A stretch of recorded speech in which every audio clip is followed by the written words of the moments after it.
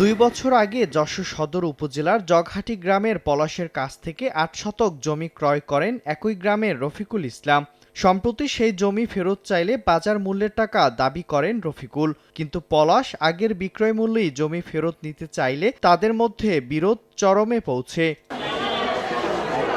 এরই জেরে মঙ্গলবার বিকেলে সলুয়া বাজারে রফিকুলকে একা পেয়ে ধারালো অস্ত্র দিয়ে কুপিয়ে গুরুতর জখম করে পলাশ। এ সময় বাজারে উত্তেজনা ছড়িয়ে পড়লে স্থানীয় জনতা পলাশকে গণপিটুনি দেয়। দোকান বন্ধ করে বাড়ি আসছিল আপনার জামির কামরুল দোকানের মাঝখানে আসার পরে পলাশ দা বেরে করে ওরে কোপ দিয়ে যখন দিয়েছে ও দৌড় মারছিল, কামরুল ঘরে উঠছে, ওখানে যে ওরে কোপায়ে জখম করে মারছে। সদর হসপিটালে ডাক্তাররা দেখে বললো কি যে ভাই আমরা পারবো না, আমরা ঢাকা মেডিকেলে রিফার করছি, আপনি ঢাকা মেডিকেলে নিয়ে যান।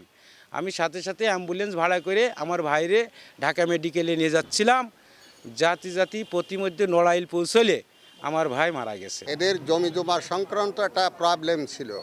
এই প্রবলেমটাকে এর বিরোধী পক্ষ এই যে একে হত্যা করেছে, তখন গ্রামের প্রতি লোকগুলো খেপে যে ওরে আপনার গণপিটুনিতে ও মারা গেছে। গুরুতর আহত অবস্থায় দুজনকেই যশোর জেনারেল হাসপাতালে নেওয়া হয়। সেখানে চিকিৎসাধীন অবস্থায় পলাশ মারা যান। পরে রফিকুল ইসলামকে উন্নত চিকিৎসার জন্য ঢাকায় নেয়ার পথে তিনিও মারা যান। কুপিয়ে জখম একজন রোগী রফিকুল, উনি আমাদের এখানে জরুরি বিভাগে আসে 4:45টার দিকে।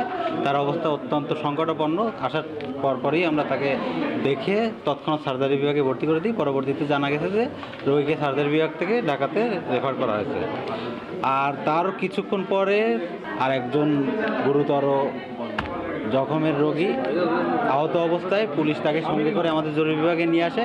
আসার পরপরই আমি তাকে দেখে মৃত পাই। পুলিশ ঘটনাস্থল পরিদর্শন করেছে।